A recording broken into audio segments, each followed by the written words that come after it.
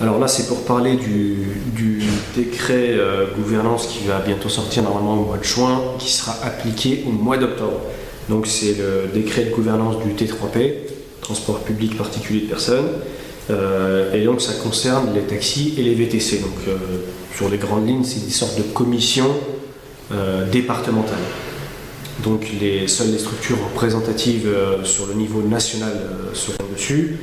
Et là, pourquoi c'est une très très bonne chose, c'est que ça mettra en avant les VTC et les taxis en règle, et ils pourront s'attaquer à différents problèmes, chacun dans sa région. Donc pour un peu d'abord expliquer ce que ce sera, donc c'est une sorte d'observatoire pour disposer de toutes les informations fiables et actualisées sur le secteur. Donc on aura la liste de tous les VTC par ville, etc. Ce sera aussi des commissions de discipline départementale. Donc ce qui est pas mal, c'est que les taxis vireront les taxis, comme ils ont déjà actuellement, mais nous aussi les VTC, quand on aura affaire à des mauvais VTC, on pourra aussi, il y aura des commissions de discipline là-dessus avec des sanctions. Alors, ça sera composé de quoi? Il y aura un collège institutionnel, donc les institutions d'État, donc là ce sera en préfecture. Il y aura le collège des AOT, les autorités organisatrices du transport. Il y aura le collège des professionnels, donc nous, taxi et VTC. Ensuite, ce que j'avais noté, c'était il y aura aussi les représentants des consommateurs avec nous, ceux qui prennent le taxi et le VTC. Par contre, malheureusement, il y aura d'autres personnes avec nous, mais ils n'auront pas droit au vote, ils seront juste là en mode consultatif. Ce seront les plateformes. Ils n'ont rien à faire là. On ne sait pas, peut-être qu'elles poussent d'une manière ou d'une autre à essayer d'y faire partie, mais pour le moment, en théorie, elles vont y être, mais de manière consultative. À quoi vont servir donc ce genre de commission, par exemple, pour les cartes professionnelles? Je pense qu'on pourra essayer de jouer là-dessus pour voir pour augmenter ou diminuer. En tout cas, c'est ce qui se passe déjà avec le taxi. C'est comme ça qu'eux, ils font leur commission pour voir s'ils augmentent les licences ou pas.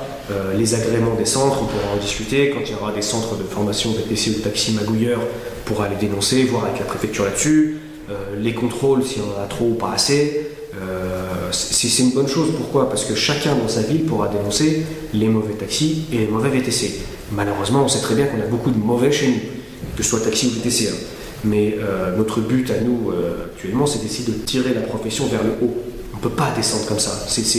C'est un métier qui est devenu un job. Et donc, il faut qu'on se batte pour le tirer vers le haut. Donc, il y aura aussi des sanctions administratives là-dessus. Et puis, qu'il y aura aussi des représentants des utilisateurs, on pourra discuter de tout là-dessus. Là où maintenant, nous, au niveau d'UNSA, on a besoin d'un maximum de monde, c'est que, je rappelle juste que l'UNSA, c'est l'Union nationale des syndicats autonomes. Donc chacun sera autonome dans sa ville et dans son département. Donc on a besoin d'un maximum de chauffeurs indépendants. Personne ne pilotera personne. Il faut juste qu'on garde une ligne directive commune. Nous, notre but principal, c'est de tirer notre profession vers le haut. Donc si c'est pour créer des commissions départementales partout en France, où c'est la guerre avec le taxi pour détruire le taxi, ça ne nous intéresse pas. Le taxi, il a sa méthode de travail, sa qualité de service. Lui, il travaille avec la maraude. Nous, c'est top qualité et on travaille uniquement avec de la réservation préalable.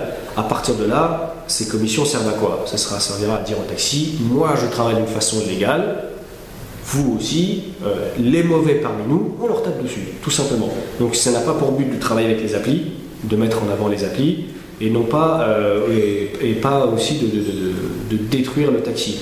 Donc ce sont des bonnes commissions départementales où chacun devra gérer les choses à sa manière. Donc maintenant, nous, on est implantés même à l'île de la Réunion. Donc eux, ils ont déjà commencé des réunions avec la préfecture là, pour bientôt.